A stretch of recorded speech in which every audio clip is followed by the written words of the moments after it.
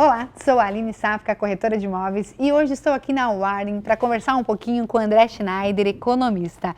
Obrigada por nos receber aqui, André. Obrigado, Aline. É um prazer estar aqui com vocês aqui na nossa casa, no nosso escritório.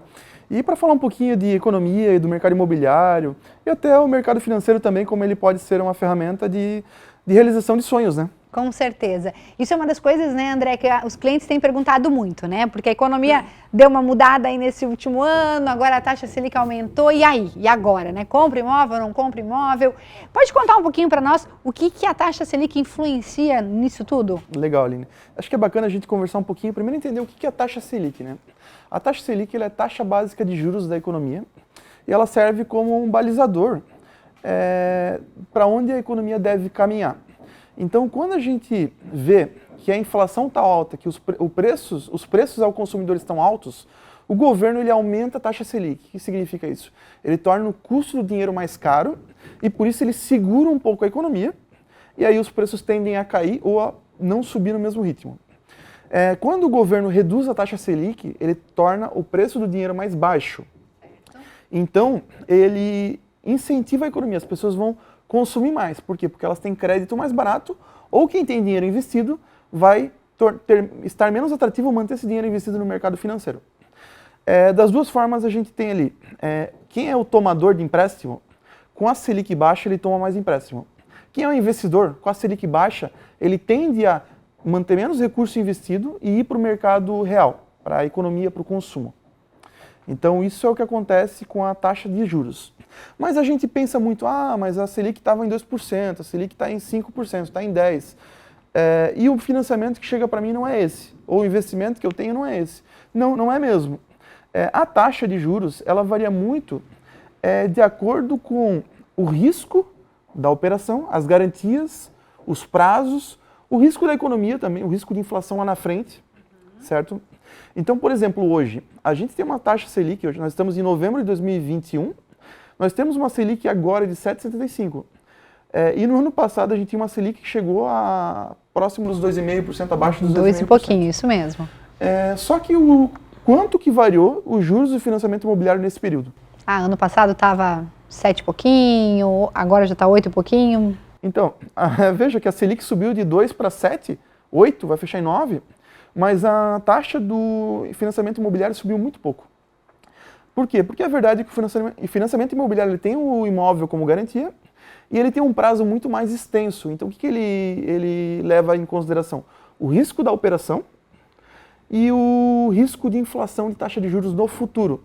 Então, não é a taxa de juros no curto prazo que impacta o mercado imobiliário, mas a taxa de juros no longo prazo.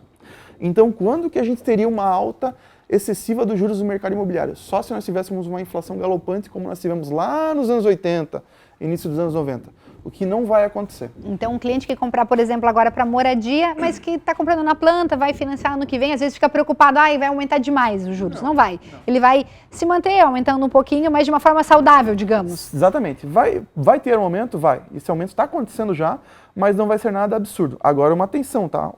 A gente tem duas modalidades principais em financiamento imobiliário. Atrelado ao IPCA, atrelado aos juros, a inflação, desculpa, e o pré-fixado ou atrelado à ATR. Que é muito mais estável, né? Mais seguro. Muito mais seguro. Certo. O pré-fixado, ele é uma taxa única. Então, tu contrata aqueles juros, ele não vai mudar indefinidamente. O indexado ATR é praticamente um pré-fixado. A ATR está zerada há muitos anos e é uma taxa de correção monetária que não é mais utilizada, é obsoleta, então está praticamente zerado. Já o financiamento indexado ao IPCA é um risco, por quê?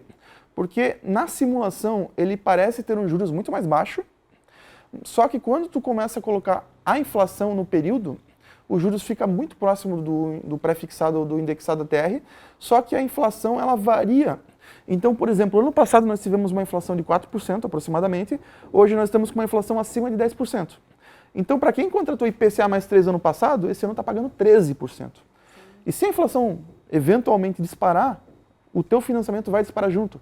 Então, deixa esse risco para o banco, porque o banco trabalha com isso, a gente não. Certo. Então, a recomendação, vai fazer um financiamento bancário, faz com a TR, que aí fica mais tranquilo também, né? Exatamente. Perfeito. André, o mercado imobiliário ele se destacou nesses últimos 2 anos, né? A gente percebeu isso. O que você acha que vai acontecer nesses próximos meses, no próximo ano? Como que vai estar esse mercado com a tua análise, né? Bom, Aline, é muito difícil a gente prever o mercado, prever o futuro, tá? A gente brinca que o maior assassino de economista é tentar prever dólar, prever bolsa, prever movimentos futuros. Mas a gente acompanha o mercado e tem algumas sensações do que pode acontecer e também do que aconteceu no passado. Então, por exemplo, a gente vinha com o mercado imobiliário estável, constante, já há bastante tempo, indo bem, só que com a pandemia aconteceram 2 coisas interessantes. As pessoas tiveram que ficar obrigatoriamente em casa, então elas começaram a sentir muita necessidade de espaço físico. Então muita gente saiu no mercado buscando casas, apartamentos maiores. Espaço, né, para as crianças brincarem, né? A pandemia fez com que as pessoas olhassem para o imóvel de um jeito diferente, né? Exatamente. Só que aí, lembre-se que a gente está falando de imóvel residencial. Sim. O imóvel comercial, ele não teve valorização no mesmo ritmo. Pelo contrário, até teve... Até por causa da própria ideia do próprio home office, né? As pessoas acabaram diminuindo, podendo estar nas suas casas. Então, até as casas acabaram sendo, além de um ambiente de casa e moradia, um ambiente de trabalho também, né? Então... Poxa, quem trabalha o dia inteiro na rua, fica em casa só no período noturno, só na hora de lazer. A partir do momento que vem uma pandemia, as pessoas ficaram muito mais tempo em casa. Então, além daquele espaço para descansar, virou espaço também de lazer. Sim, então, teve um aumento da sensação da importância de ter um lar, uma casa confortável. Sim. Ao mesmo tempo, quando veio a pandemia, o que aconteceu? Todas as empresas, todo o mercado, toda a economia mundial, ela ficou com medo, veio uma incerteza muito grande e pensaram, poxa, e agora? O que vai acontecer? O mundo vai parar. Vai ter pandemia, todo mundo vai se trancar em casa, ninguém vai consumir, ninguém vai querer gastar, comprar carro, comprar imóvel. Então, vamos reduzir o ritmo de produção de insumos.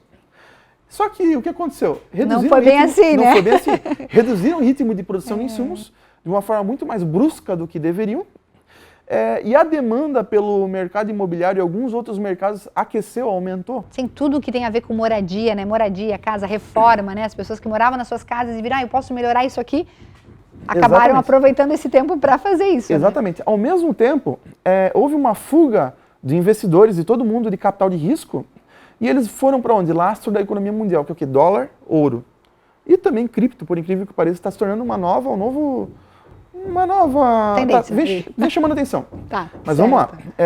E com isso, com essa fuga de capital de risco de países emergentes, de renda variável, o dólar subiu muito. E a nossa economia é muito dolarizada. Então, assim, o preço das commodities subiu muito. O que é isso? O preço do petróleo, o preço do frete, que depende do petróleo, o preço do minério de ferro, que vai para a construção civil, preço de outros insumos de construção civil, como madeira, MDF, etc. Então a gente tem tanto aumento dos preços por conta do dólar, quanto aumento dos preços por conta da redução da oferta. Então o preço subiu demais. Sim, a gente percebeu no CUB, né? Nunca teve uma alta tão grande no CUB. Absurdo. Nos últimos 5, 6 anos, tu faz uma análise, é muito diferente desse último ano que a gente teve, né? O IGPM, historicamente, ele vinha abaixo do IPCA, que é a inflação do varejo, o IPCA do consumidor. E o IGPM esse ano chegou a quase 40%. Então, um absurdo. Uma loucura. Mas isso também tende agora a se regularizar, né, André? Sim. Porque também é uma preocupação dos clientes, né? Mas agora tanto o CUB quanto o IGPM vão ter que também dar uma alinhada aí com o mercado, porque também agora o consumo está sendo desacelerado, está normalizando. Digamos que passou a pandemia, as indústrias voltaram a normalizar a produção, muita gente já comprou. Qual que é a tendência? Os preços subiram demais também. Então os preços subiram a um ponto que está difícil ao mercado repassar esses preços ao consumidor e o consumidor continuar comprando no mesmo ritmo. Então a tendência é que vai ser difícil ter uma redução nos preços, porque o preço de produção continua elevado, só que vai ter um desaquecimento na demanda, espera-se um desaquecimento da demanda, por isso vai ter um menor volume de negociações. E por conta desse menor volume de negociações, o mercado não aguenta mais um novo aumento de preços. Então a gente espera ali uma estabilização dos preços, uma normalização dos preços para seguir. E isso é importante ressaltar, né, André? Não é que vai baixar o preço do imóvel, né? Porque alguns clientes pensam, hoje está valendo isso, vou conseguir uma negociação com valor menor. Não, ele vai se manter, né? Essa é a ideia, né? Isso. É diferente do mercado financeiro. Quando a gente fala mercado financeiro, ele é negociado a leilão. Então tu tem compra e venda em tempo real. Por isso ele tem uma oscilação muito rápida, uma volatilidade muito alta, por conta dessas negociações instantâneas. O mercado imobiliário, ele tem alta solidez. Só que ao mesmo tempo que ele tem alta solidez, ele tem baixa liquidez. Então, o preço ele não oscila para cima e para baixo como ele oscila no mercado financeiro, só que a demanda ela pode oscilar e por isso, se a pessoa bota o imóvel à venda, ela não vai botar por um preço muito abaixo porque não tem aquela demanda, só que ela pode demorar mais para vender. Sim, aí tem que esperar o tempo certo para encontrar a família certa para morar, né? Exatamente. Isso também acontece. Então, qual que é o momento agora? O momento agora é tu encontrar o lugar certo e o vendedor certo, ou vice-versa. Tu encontrar o comprador certo, ou tu encontrar o vendedor certo. Então, acho que agora é um momento de cautela, acho que boas oportunidades podem surgir. Por quê? Porque muita gente, às vezes, precisa de liquidez, precisa de dinheiro, precisa reaver o investimento que foi feito e vai ter que baixar o preço. Ou não, ou ele vai esperar, vai segurar o imóvel para o momento certo dele. Então é questão de negociações e oportunidades de negócio. E a moradia, ela acaba tendo um outro valor, né? Não é só a oportunidade financeira, né? É a questão da oportunidade para a sua família, do seu bem-estar, né? A gente estava comentando isso Aline, antes, né? Isso eu acho que é o principal, tá? Muita gente vê o mercado imobiliário como investimento. Eu não gosto dessa visão, porque eu acho que investimento é quando a gente agrega valor. Então, para quem constrói, para quem produz, para quem empreende no mercado financeiro, é um investimento. Para quem quer deixar o imóvel parado, eu pessoalmente não gosto, mas quando a gente passa a olhar o imóvel como uma realização de um sonho, de um objetivo pessoal, isso aí faz todo sentido. Porque quem que não quer ter uma casa bonita do seu jeito, sendo sua casa própria, ou realização de um sonho, ter um sítio, ter uma casa de praia, ter um lugar para receber os amigos, para as crianças brincarem, não importa. Mas eu acho que essa questão intangível do imóvel tem muito mais valor. E isso não tem preço. Eu gosto de falar para meus clientes o seguinte, eles trabalham, eles formam patrimônio financeiro para conseguir ter qualidade de vida, poder usufruir isso também, né? Para realizar sonhos. Então a gente não adianta tu não comprar imóvel porque o mercado está caro. Se o momento de vida dele permite. Aproveite, né? Curta isso, não deixe para depois o que pode não acontecer, Exatamente. né? Então, assim, ó, cada pessoa é diferente, cada pessoa tem a sua necessidade e tem uma necessidade diferente. Então, acho que o principal é ver como é que está a situação de cada um. Sim, legal. E uma das coisas que a gente também conversou antes, agora tu trouxe essa ideia do imóvel na praia, né? É uma oportunidade no mercado imobiliário quando tu acaba encontrando uma região que está em expansão, em crescimento, né? Sim. Como uma praia, Pissarras, por exemplo, é uma praia aqui da região que está se desenvolvendo muito. O Viva Parque lá em Porto Belo, que eu comentei contigo, né? Que eu tenho trabalhado também, que é um bairro planejado. Então acaba sendo locais que tendem, por causa do novo momento, a crescer lá na frente, né? Então aí pode sim ter uma valorização maior, né? Perfeito, Aline. Então assim, o mercado imobiliário ele tem baixa liquidez, mas o mercado ele proporciona algumas oportunidades, que é o que a gente está falando. Poxa, tem uma região que está crescendo muito, tem uma avenida que vai ser aberta, tem alguma oportunidade que alguém está precisando se fazer por um valor mais baixo. Então, assim, o que eu sempre gosto de falar, a gente tem que ter liquidez, tem que ter dinheiro investido financeiro, porque te proporciona acesso às oportunidades. E as oportunidades estão aí. E aí tem que aproveitar, né?